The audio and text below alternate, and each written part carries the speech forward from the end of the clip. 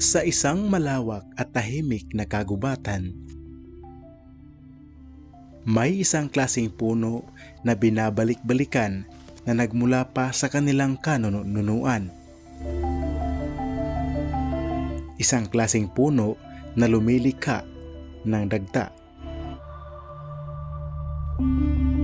Dagta na nagbibigay sa kanila ng pag-asa at kabuhayan na hanggang sa kasalukuyan, ang dagta ay tuluyan ng naging pamana.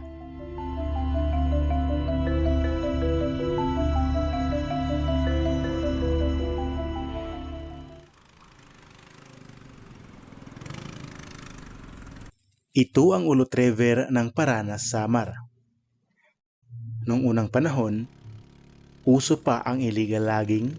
Ito ang nagsilbing navigational highway mula sa bayan ng Paranas patungo sa Canavid, Eastern Samar.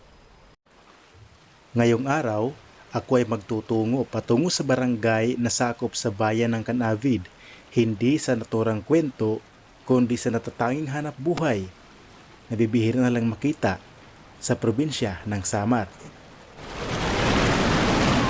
May isang parte ng ilog na mabato. Ito ang tinatawag na Dini o Dinis Point. Sa parteng ito, ang bangka kailangan alalayan para makarating sa ibaba. Sa kabila, mas mataas, mas malakas, mas peligroso sa bangkang aming sasakyan. Kahit masikip at maliit ang daanan na ito, hanggang sa kasalukuyan, ito pa rin ang nagsisilbing daan ng mga tao na may bangka na nagmula pa sa mga barangay na malayo sa kabihasnan.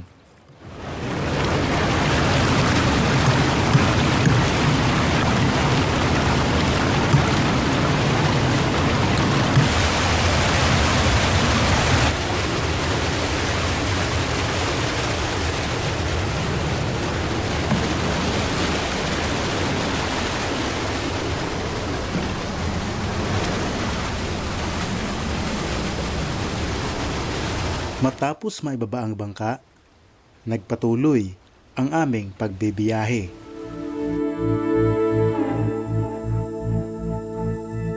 Ngunit nung nakarating kami sa Barangay Tula, ang pinakamalayo o pinakahuling barangay na sakop ng Paranas Samar, boundary na ng Canavid Eastern Samar, akala ko dito na kami hihinto.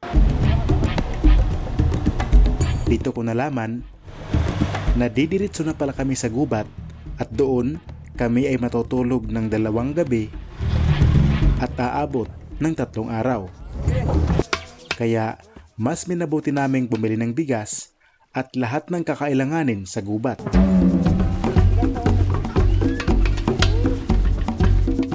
Buti na lang, sa bayan pa lang ng Paranas ay bumili na ako ng mga isda.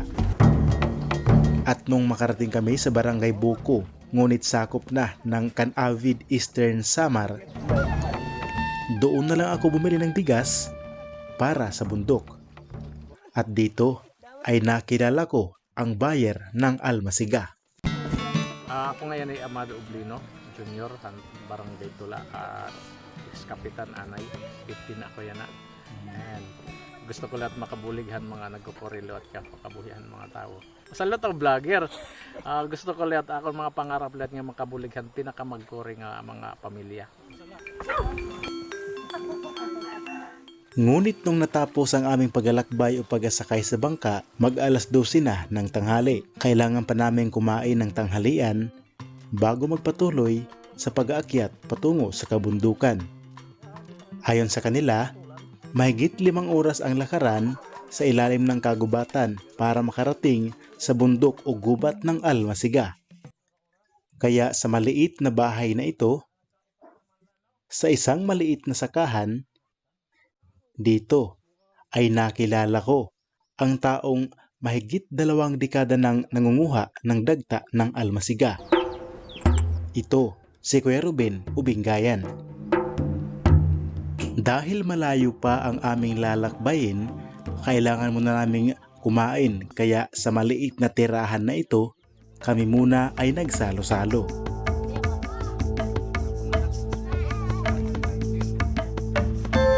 Iya, kuha pa. Mag-asit ya, di. Usala akon.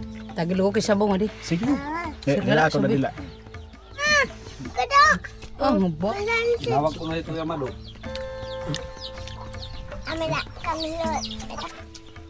Disiti to ano? Medyan luho. At yung mga anak motor hakanabid. Sakyan ng mga estudyant. May 3 high school si Tatay Ruben. Ang 2 ay nagpapatuloy sa kasalukuyan at ang isa ay kanila munang pinahinto sa pag-aaral dahil kapos sila sa pera at kanyang pinapatulong sa paghahanap buhay sa ngalan ng Almasiga. At siya ang batang makakasama namin ngayon, ang grade 8 na sana na si Carlo. Araw ng Sabado, walang pasok. Panahon sana sa paglaro ng mga batang katulad ni Carlo. Ngunit sa mga araw na ito, siya ay abala para sumama sa bundok. Ang kaniyang nakababatang kapatid naman ay abala sa pangunguha ng saging para ibenta dahil bukas Linggo at sa pagkalunes, ang benta ng kaniyang saging ay pambaon sa paaralan. At tuloy na naming nilisan ang kubo at nag-umpisa na ang aming paglalakbay.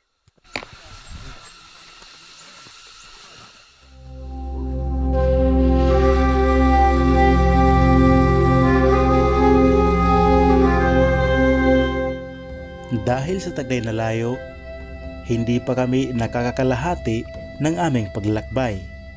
At dahil dito, ilang beses kaming huminto sa kagubatan para makapagpahinga at makalanghap ng mga preskong hangin.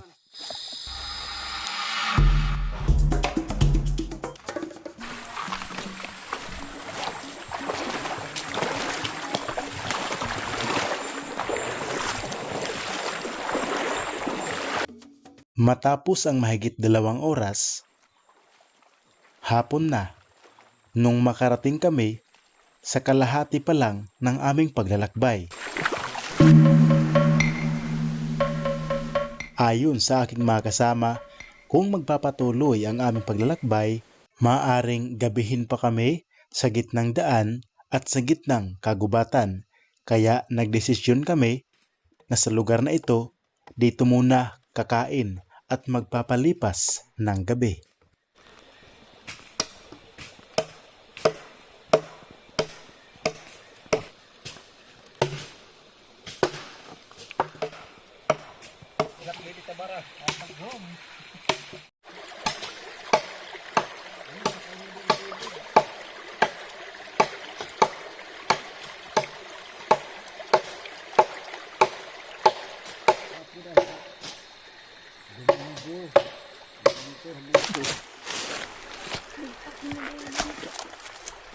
Dinak ra. Asila makat.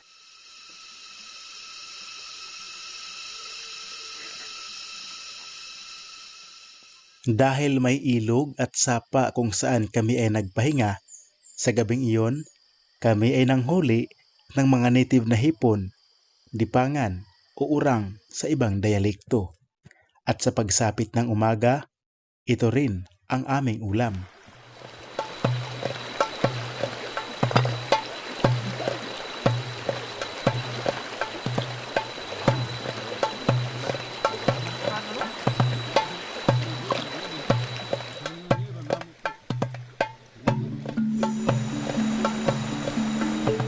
At makalipas ang gabi, pagsapit ng umaga, nagpatuloy ang aming paglalakbay patungo sa gubat kung saan matatagpuan ang libu-libong dambuhalang puno ng mga almasiga.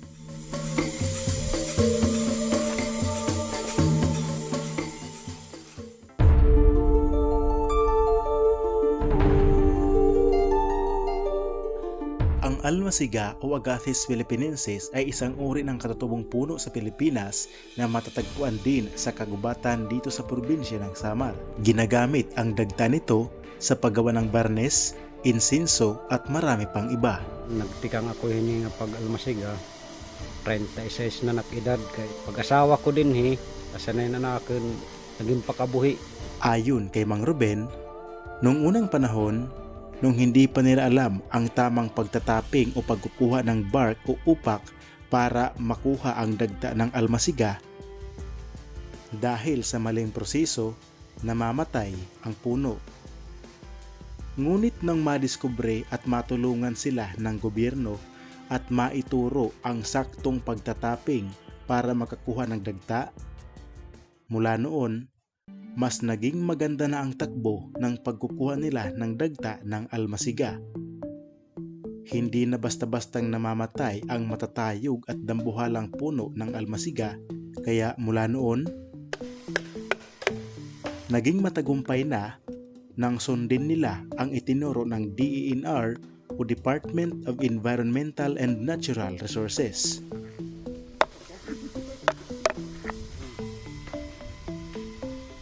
Ayon sa kanilang seminar at sa kanilang natutunan, kapag nagtataping, kailangan nilang gumamit ng kahoy pamukpok at ang kanilang patalim ay hindi pwedeng umabot sa mismong kahoy para hindi masira ang naturang puno.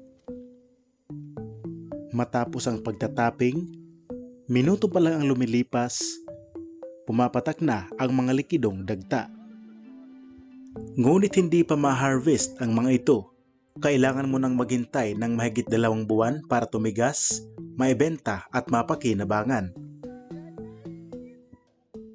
Sa loob ng 1 buwan, 2 beses bumabalik sa kagubatan ang tulad ni Mang Ruben para magtaping at para makaipon ng pumapatak na dagta. At makalipas ang mahigit 2 buwan, muli silang babalik sa kagubatan para mag-harvest na ng dagta ng almasiga.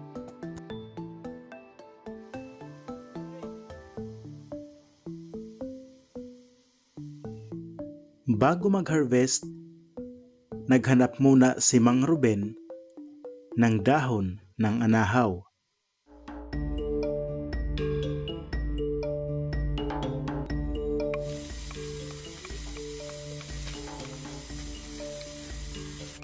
Ayon sa kanya, 15 anyos pa lamang ito nung natutunan niya ang pag-aalmasiga. Sa murang edad, lagi na siyang isinasama ng kanyang mga magulang patungo sa pusod ng kagubatan para sa pamumuhay na pag-aalmasiga. Kaya mula noon hanggang sa kasalukuyan,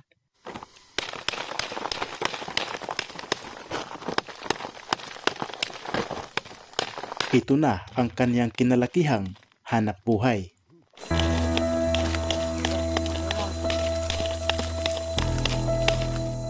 Mula sa edad na 15, siya ay nagpakalayo-layo at nilisan ang lugar kung saan ito ang kanyang nagisnang hanap buhay. Siya ay napadpad sa Kamanilaan para maghanap ng ibang mapagkakakitaan. Mula noon, mura pa ang presyo ng almasiga. Ngunit sa kasalukuyan sa patuloy na pagtaas ng mga bilihin, mura pa rin ang bili ng dagta. Kuwan pala dito ang kilo nakapagtikang tag city 2006 na tuig. Yan tag 16 na 8 kilo gihapon, pero kulang lagi hap itong income naman so gahit na 16 kay karayo hini. Maliban sa mababang presyo, ganito rin kahirap ang nasaksihan ng buyer nung sumama siya sa mismong impukan ng yaman. So nakita ko talaga dito ang mga trabahohan para almasiga nga makuri talaga. Biro mo 5 ka oras nga paglinakap tikadi, may usa ka sako nga dara mga 50 kilos. Tapos magsusug ka sapa, makuri talaga. Kung ikukumpara ang kilo ng bigas at ang almasiga, talo ang tulad nilang magsasaka. Pero dapat 8 kilo para mas masustentuhanin maupit imo pagkabuhi. So gaya na nga kamahal na papliton, mga 20 siguro okay na it. Dahil hindi sapat ang kanilang kita para sa kanilang pamilya at pang-araw-araw na pangangailangan, hiling ni Mang Ruben, sana mapakinggan at taasan ang presyo ng kanilang mga produkto. Sa palan ako dahil baruan, partihan Almasiga. Ay mo niya nga barnis. Ang baga din ni aton silak. Lokal lang nga produktuhan. Klase nga barnis. Oo. Dahil hindi sapat ang kanyang kita sa pag-aalmasiga, isa sa kanyang nag-aaral sa high school, napilitang huminto at sumama na sa bundok para sa pag-aalmasiga.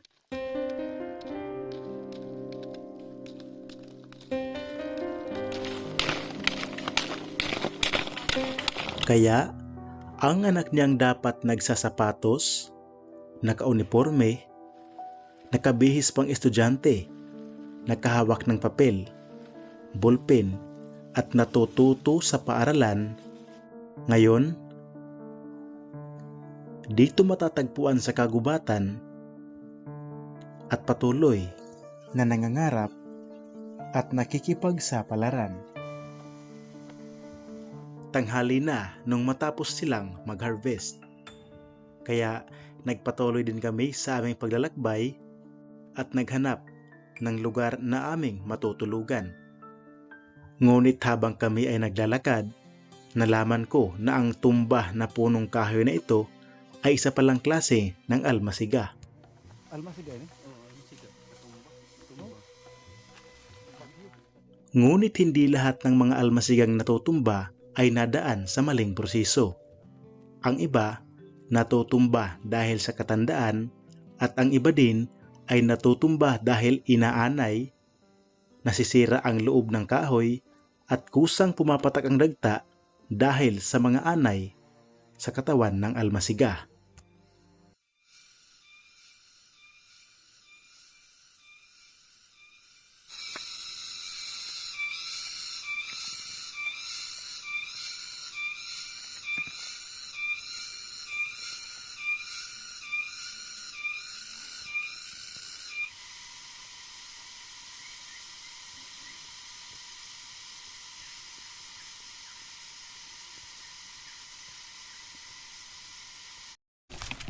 Dili kita kuan.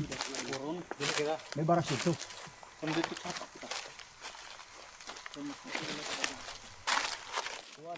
Ay bago. Ay na. Bago.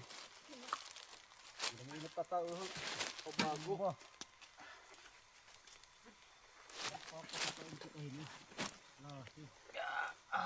Sakit.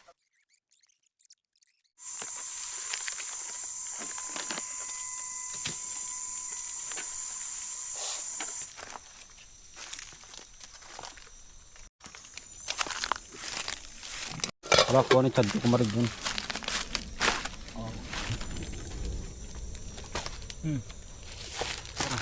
Ano?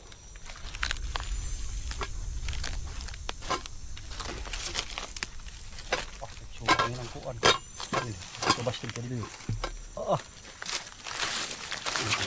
Labo ro.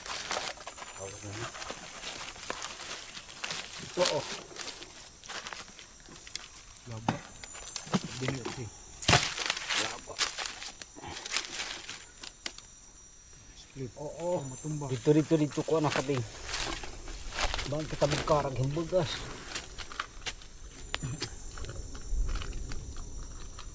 Tignan ni. Aray. Yan.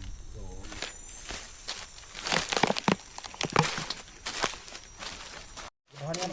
Ito bintana ka na. Nga daw hindi surut kapak. Wadid. Adin silan. Nakit magtambok na to. Natuturot ka na ahaw. Ulan na. Mga gamit niyo. Yung mga gamit, pakiprepare lang kay ano. Uran ka. Yan, uran. Ayaw din nagapin.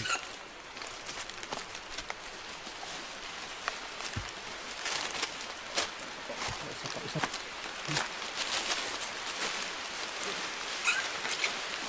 Kurado manunin mo.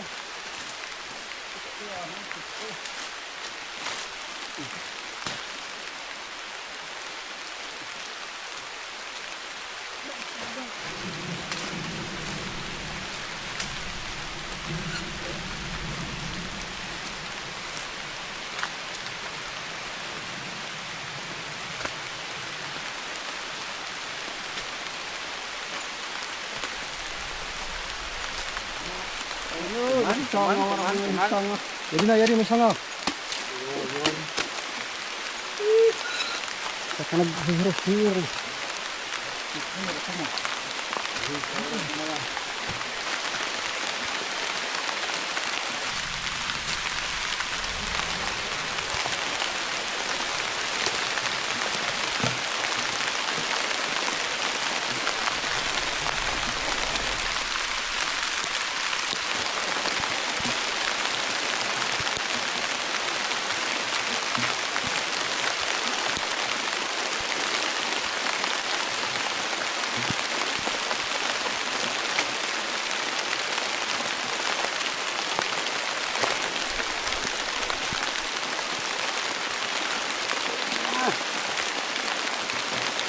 Nice pa yan.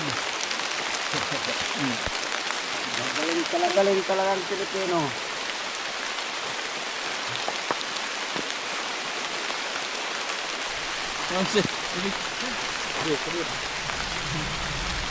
Nasiro pero na uran na.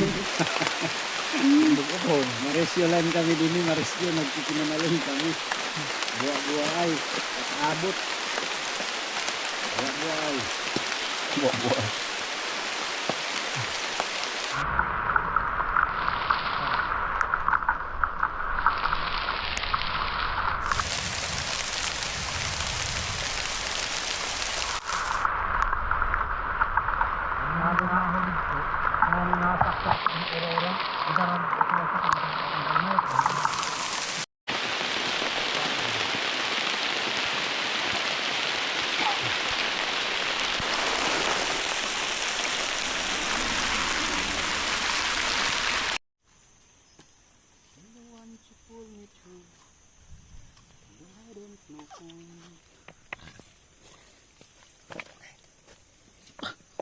Sige, tak-tak. Yan, bitangan sabaw.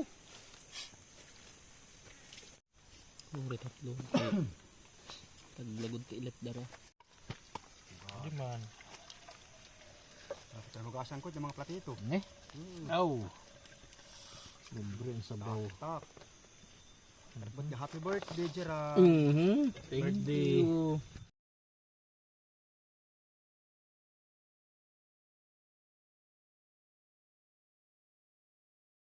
Andito kami ngayon sa isang ilog kung saan dito kami ay magpapalipas ng gabi. Hindi, dito kami ay magpapaabot ng gabi, yung dilim mismo. Kasi dyan kami mamaya, pag madilim na, magsusulo kami. Mida? Damong salong?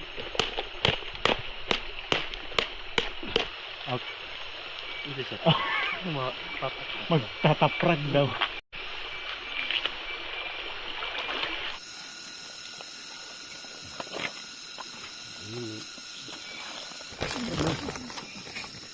Kakalang pa rin suga ng aglipot. Lalawot.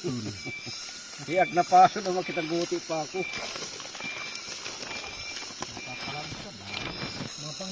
Nagtutulawod. Sakit-sakan. Napitsak.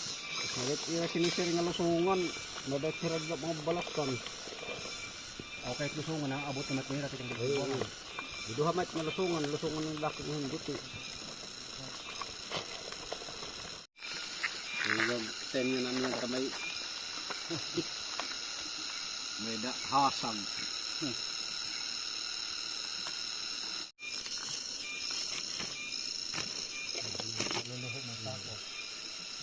Ngayon ko yan na kukuha nga tuhit. Man.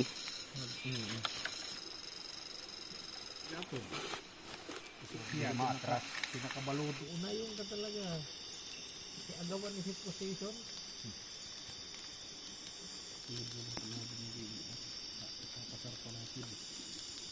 Kasi ito magkarit.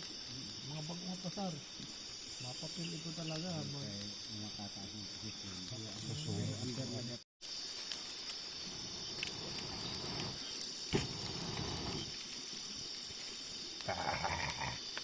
May light na gihap. Sa natin mo katang suga niyan. May malapuan. Hindi magkadagbubugpil siya. Pupuktok.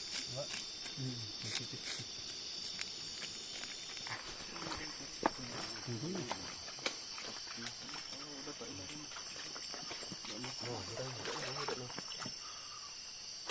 mangaram ka.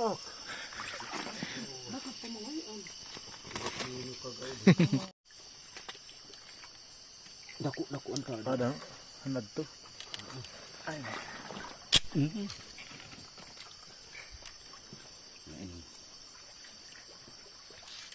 Maya pakita. Tikbon ka ha. Sige na. Tukob bayla kami ni. Pag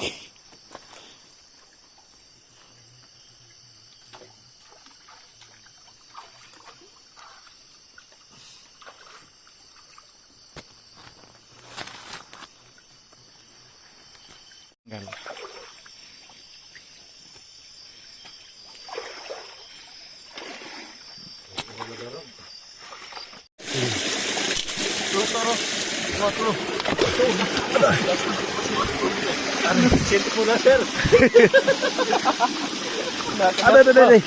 Ada.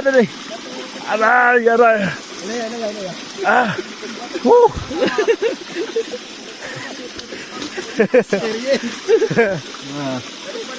Sobra na Ada ba? Ako na. Semagang ko na. Sige. Sige, kaya papaw. Sige, tukob. Dali. Ano ka? Tukob. Anay. Labto na. Nakakalusot na. Yadi. Ay. Baitad.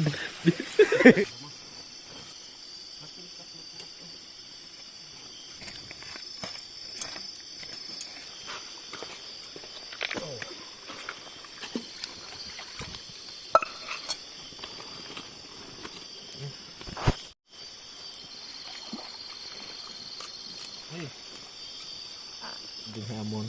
Masalakwayan nga dagkong kagat.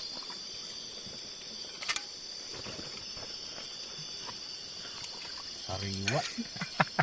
Namiminta. Mabalik-balikin ng lugar nga di. Hindi ko nagsasawa nga ni. Maupay talaga nga ni. Panto sawa kay ko din pagkaon. Sekundary panganan dito.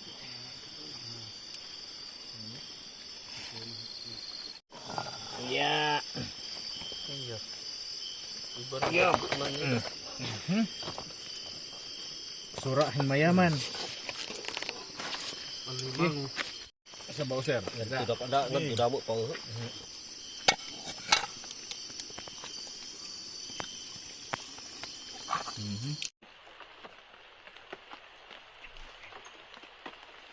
Kung may sundang ka ginhadhad.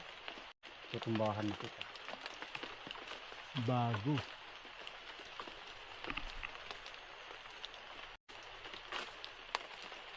Pina ka na. Bago. Ito ang itsura ng tinatawag na bago.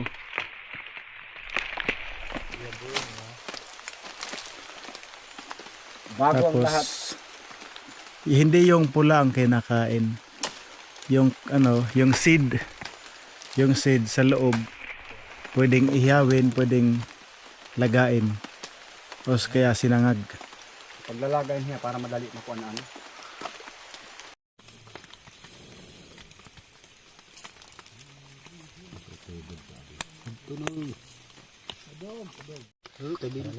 Wala na parot tadi.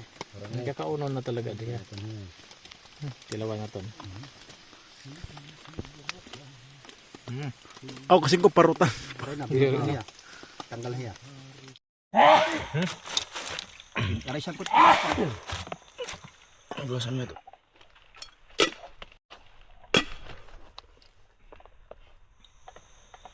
Ako ni pero taklo, wala kang takbuyong.